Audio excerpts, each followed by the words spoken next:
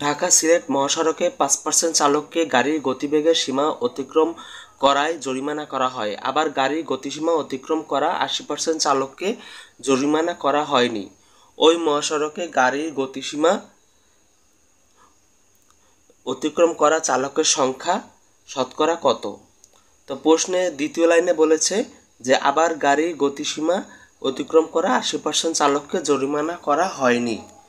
80% চালককে জরিমানা করা হয়নি, তার মানে বাকি 20%কে জরিমানা করা হয়েছে।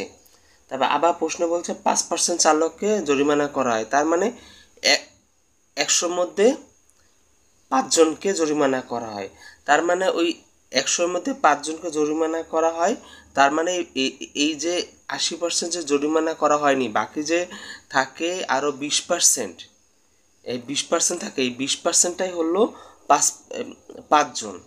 তাহলে 20% যদি সমান সমান 5 জন হয়, তাহলে 100% সমান সমান হবে 100% সমান সমান হবে 5-5-এ 25 জন, 5-5-এ 25 জন। তাহলে তাহলে এখানে উত্তর হবে 25 জন। তাহলে এখানে 25 জনই হচ্ছে এই প্রশ্নের উত্তর।